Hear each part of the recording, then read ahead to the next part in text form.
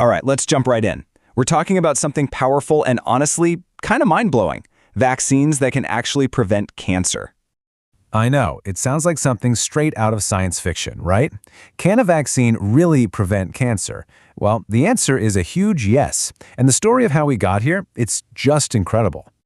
And this quote right here from the Hepatitis B Foundation, it just nails it. The hepatitis B vaccine is the first anti-cancer vaccine.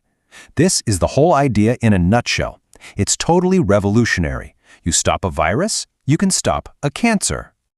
Okay, so let's start with the one that kicked it all off, the trailblazer, the vaccine that showed the world this amazing idea could actually work.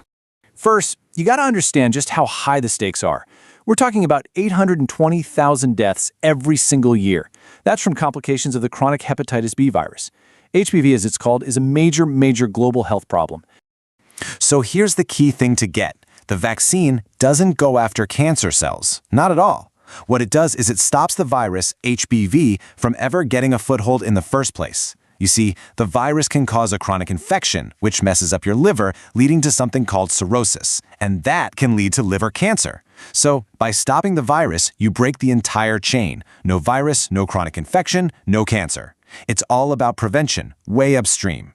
And you know, this didn't just happen overnight, not by a long shot. This timeline really shows you the journey. It took decades of hard work, from Dr. Blumberg first discovering the virus way back in '65, to the first vaccine in '81, and then the even better one in '86. It's a story of science really pushing forward, step by step.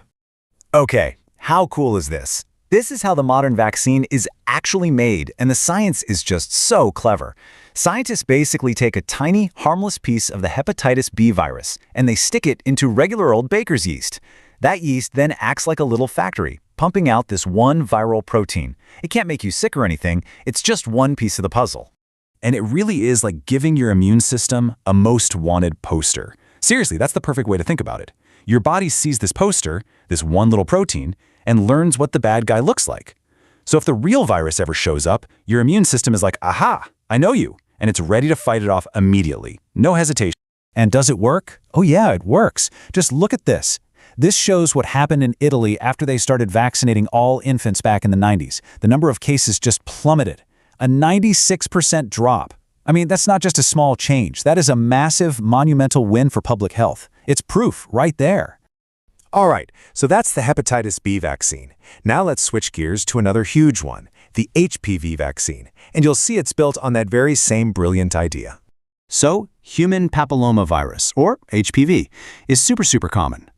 Now, for most people, the body just clears the infection on its own, no problem. But some high-risk types can stick around, and when they do, they can cause changes in our cells that can eventually turn into cancer. And that's exactly why this vaccine is such a game changer.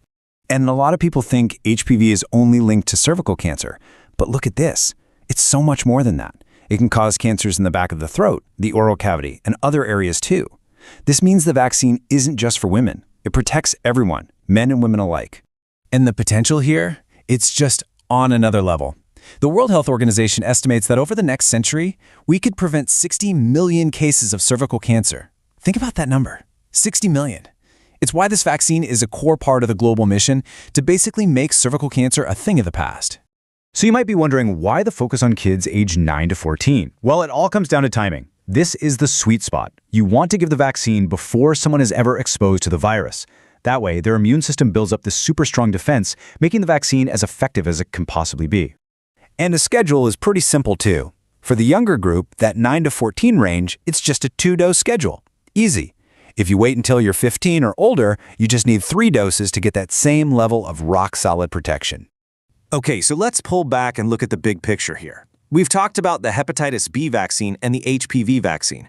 What's the big, game-changing idea that ties them both together? This is a really important distinction to make. The vaccines we're talking about today are preventative vaccines. They're for healthy people. It's all about building a shield to stop the virus that could lead to cancer down the road.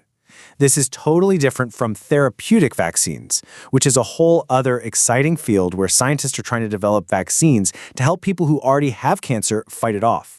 So this really leaves us with a powerful question, doesn't it? We have the science. We have the tools to literally prevent these cancers from ever starting.